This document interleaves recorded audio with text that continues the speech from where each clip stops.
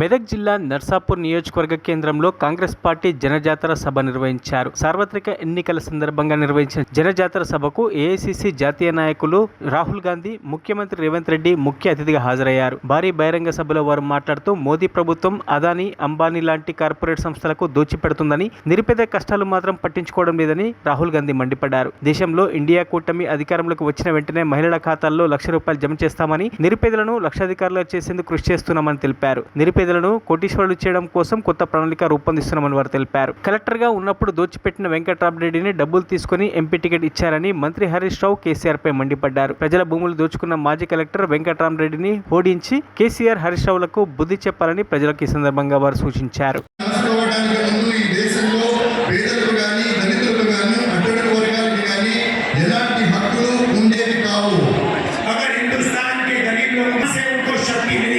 ఈ దేశంలో పేదలకు శక్తి దొరికింది అంటే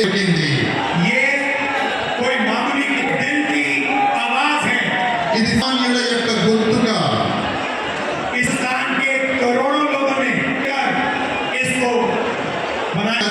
ఈ పుస్తకాన్ని మన కోసం మనం లక్షలాది మంది తమ ప్రాణాలను దృఢప్రాయంగా తెగించి రూపొందించుకున్నారు.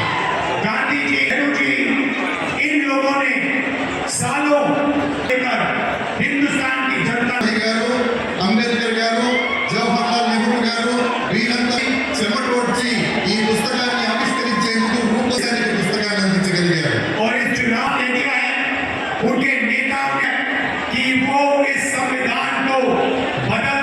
స్నేహితులారా, ఇప్పుడు జరిగేటటువంటి సార్వత్రిక ఎన్నికల్లో గొప్ప గొప్ప నేతలు పెద్ద పెద్ద వేదికల మీద రాజ్యాంగాన్ని తీసేస్తామని